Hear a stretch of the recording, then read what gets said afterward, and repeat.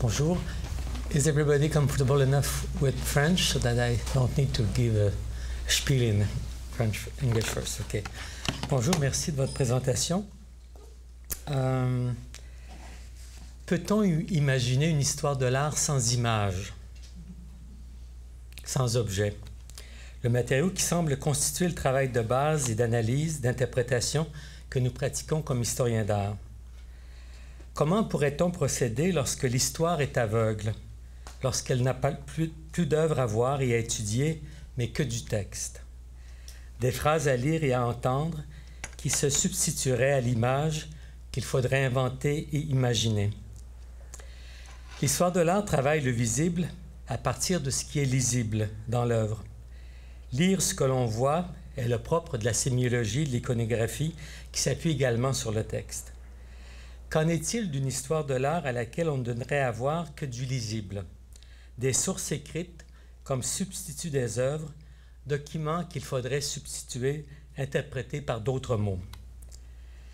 La situation que j'évoque n'est pourtant pas un cas d'iconoclastie, où les œuvres auraient été volontairement détruites, mais plutôt la situation et le défi que l'on rencontre si l'on s'intéresse à l'art des femmes amérindiennes du nord-est de l'Amérique du Nord au début du XVIIe siècle.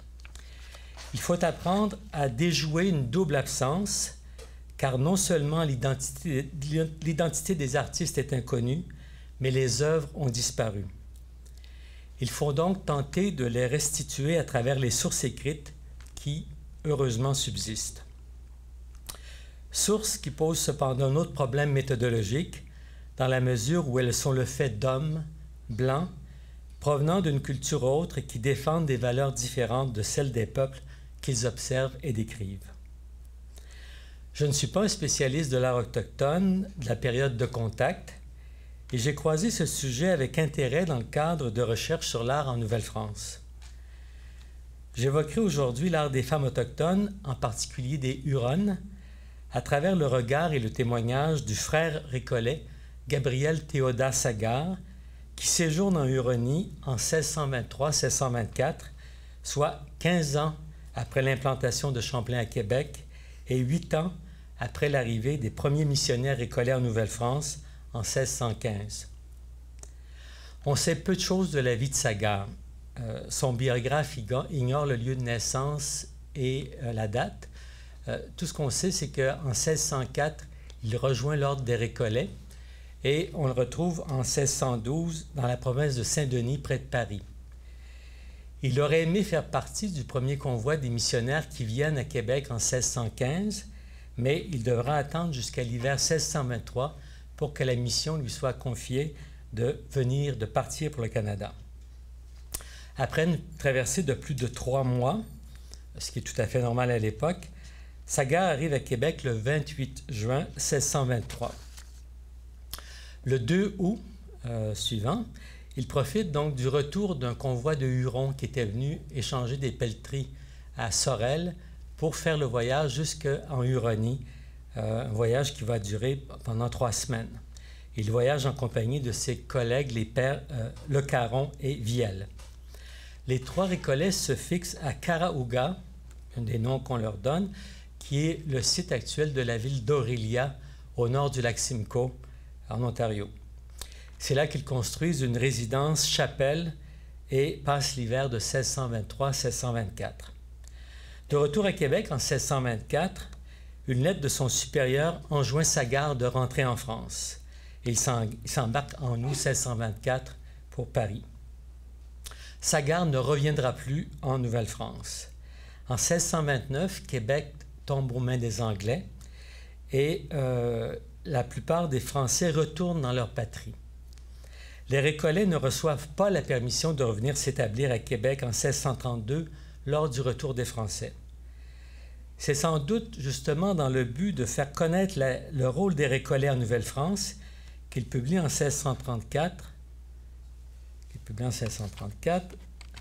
son Grand voyage du pays des Hurons, suivi du dictionnaire de la langue huronne.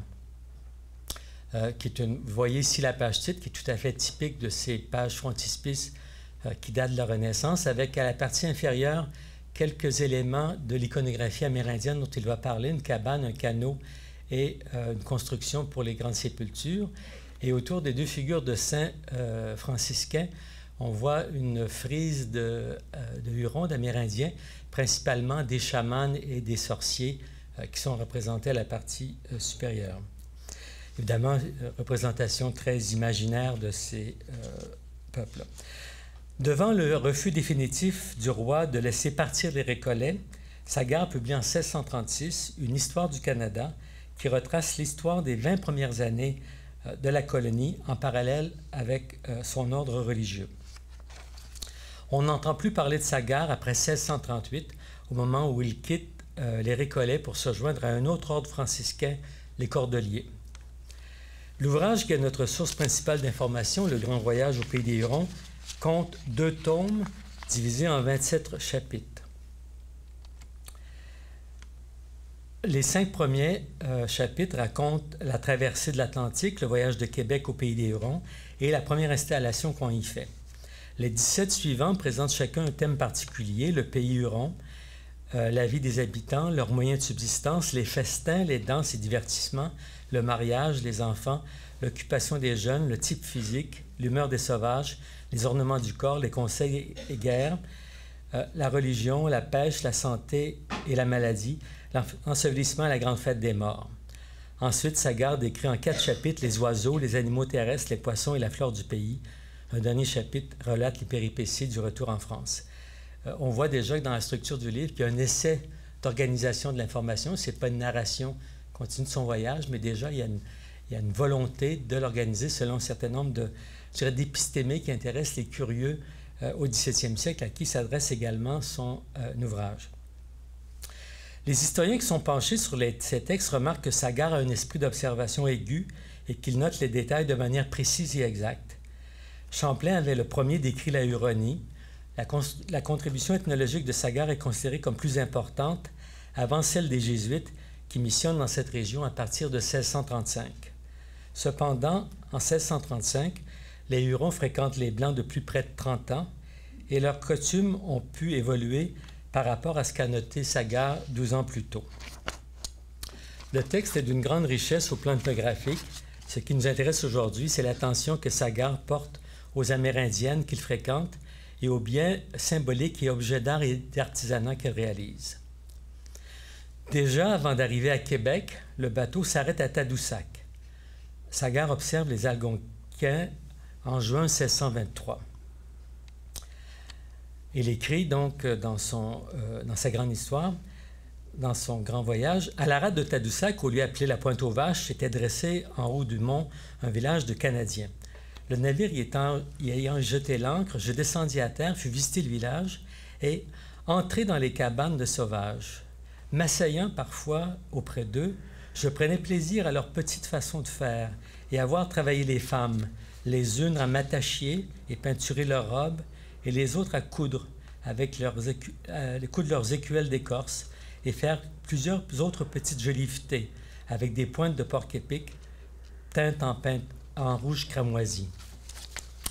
Ce premier extrait signale l'accueil des Amérindiennes qui laissent le Récollet entrer dans leur espace et s'asseoir à leur côté pendant qu'elles peignent des pots, préparent des contenants en écorce de bouleau et brodent avec des piquants de porc-épic teints de couleur rouge.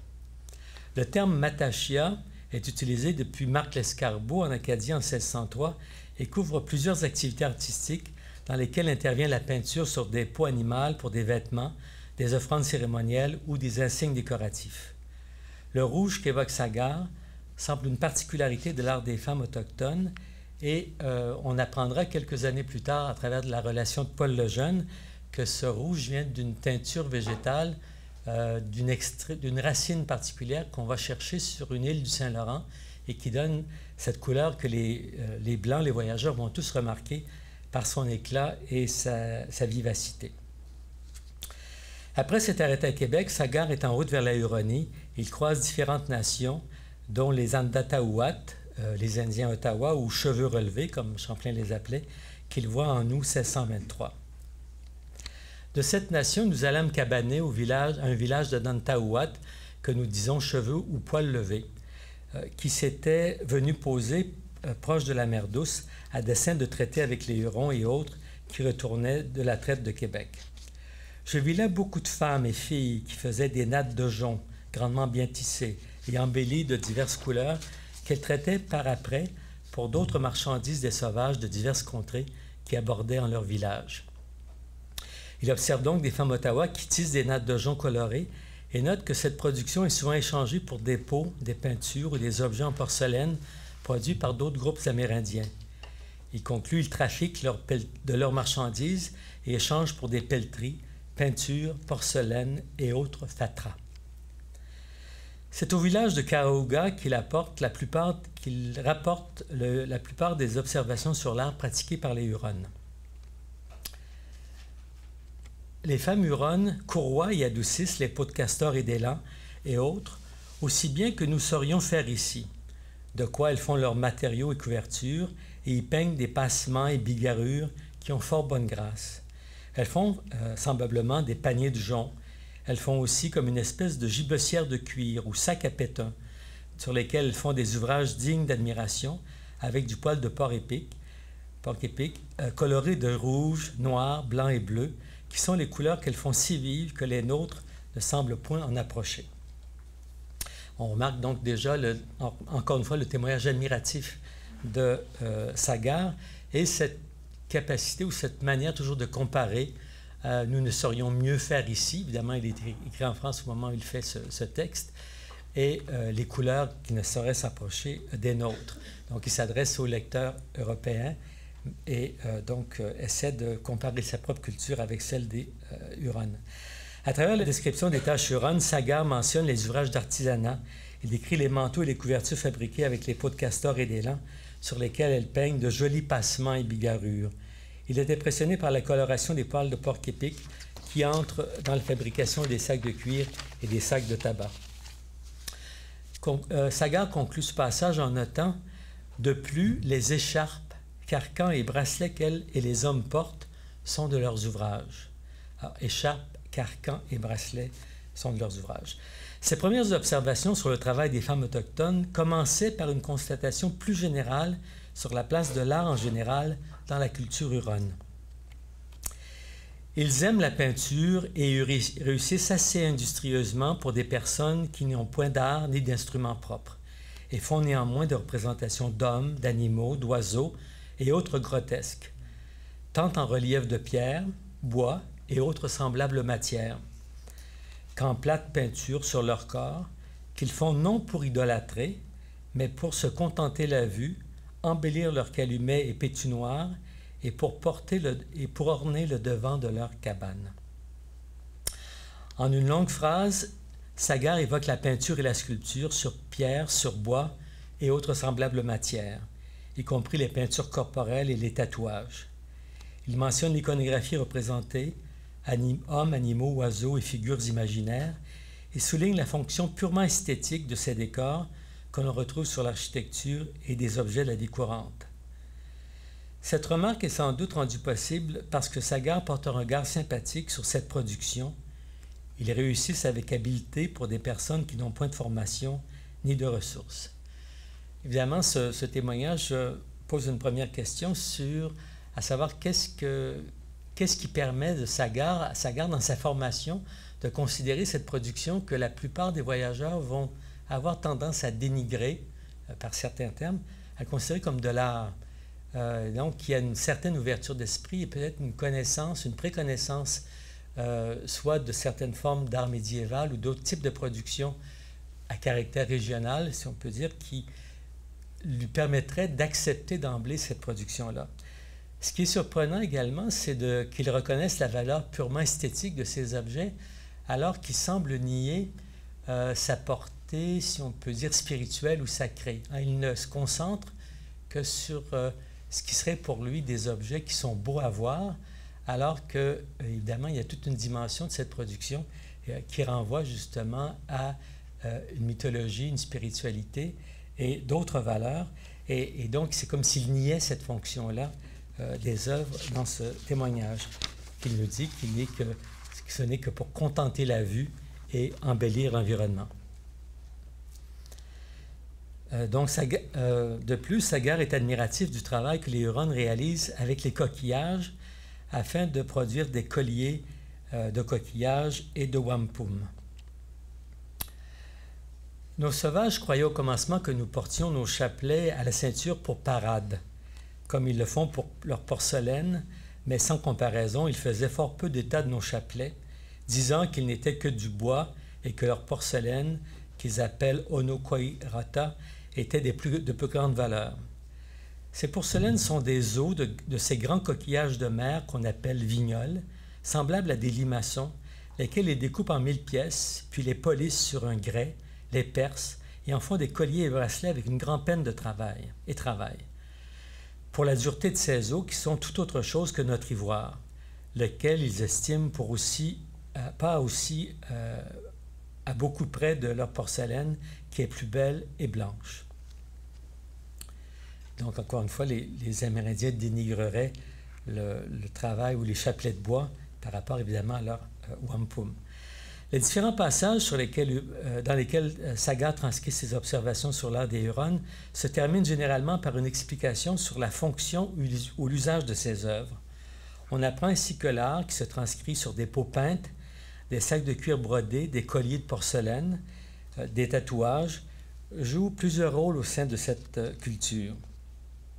En premier lieu, l'art occupe une fonction proprement décorative, comme on l'a vu, et sur laquelle il va insister.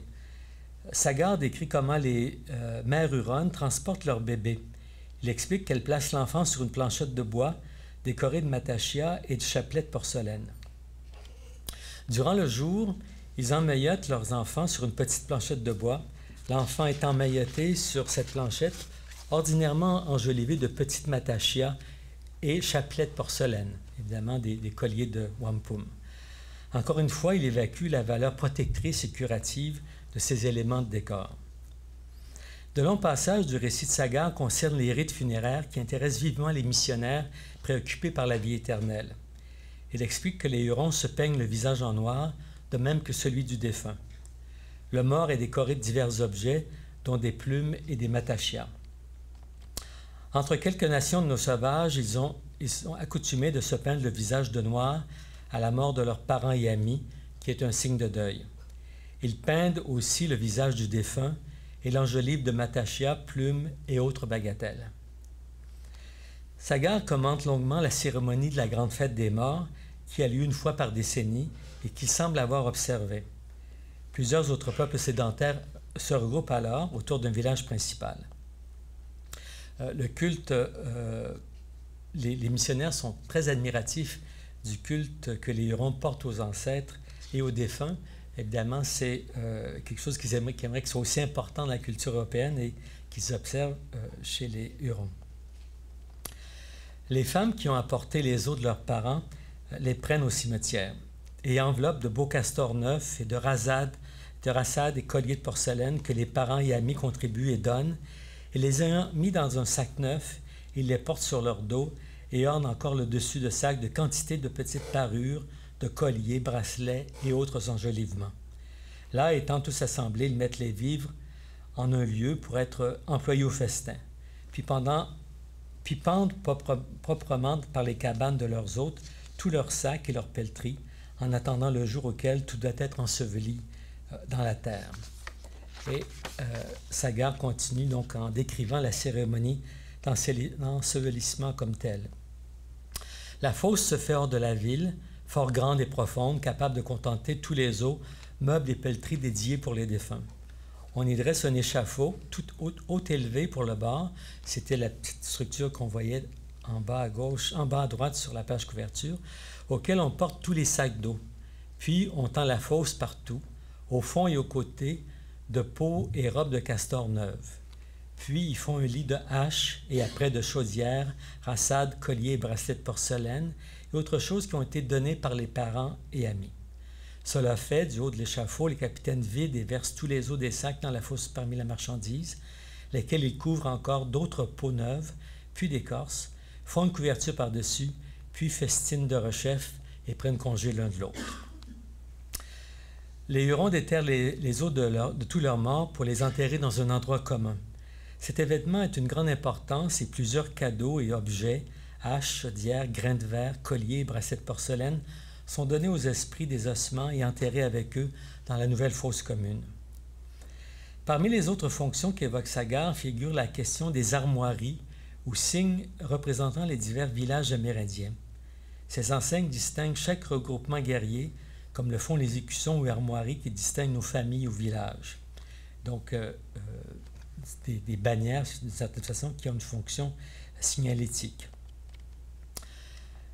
L'enseigne ou drapeau, qui est pour le moins ceux que j'ai vus, et donc un témoignage direct, oral, un morceau d'écorceron sur lesquels les armoiries de leur ville et provinces sont dépeintes et attachées au bout d'une longue baguette, comme sur une cornette de cavalerie. Et donc, une des fonctions de l'art, c'est justement de signaler par un emblème l'identité d'un groupe amérindien.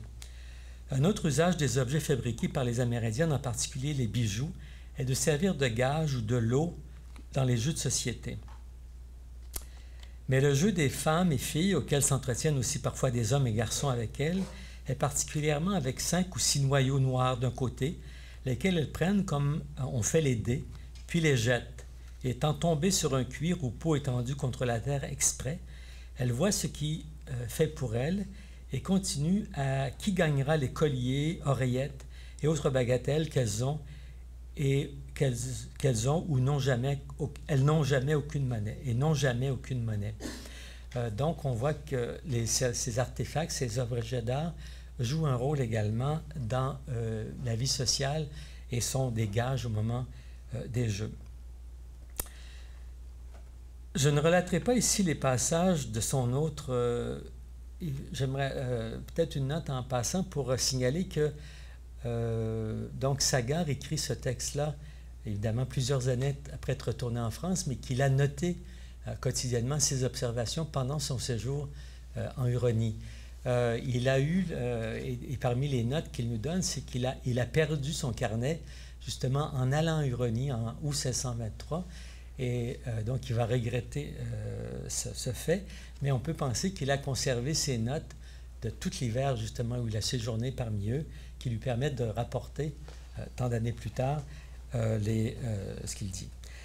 Je conclus donc en disant que l'histoire du Canada de 1636 fournit d'autres sources d'informations, mais comme elle a pour rôle de défendre le retour des Récollets en Nouvelle-France, je m'y attarderai moins ce matin.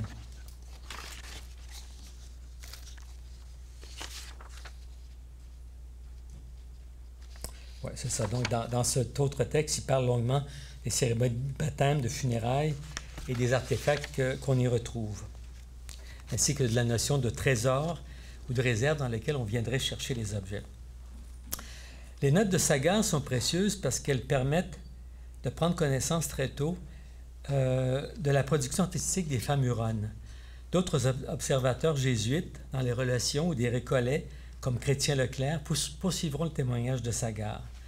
Des fragments archéologiques et des objets d'art amérindien plus tardifs corroborent la nature des œuvres décrites par le Récollet, qui ajoute pourtant un niveau de lecture en s'attardant à présenter le rôle de ces pièces dans la société huronne.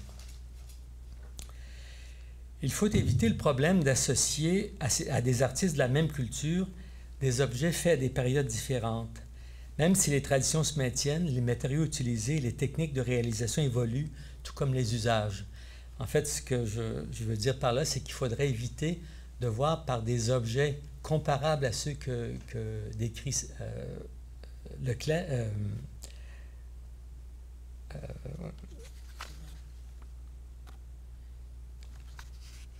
ceux que décrit Bercy, Sagard, des objets postérieurs, parce qu'on sait que les matériaux que vont utiliser les Autochtones diffèrent et que les techniques de production évoluent également.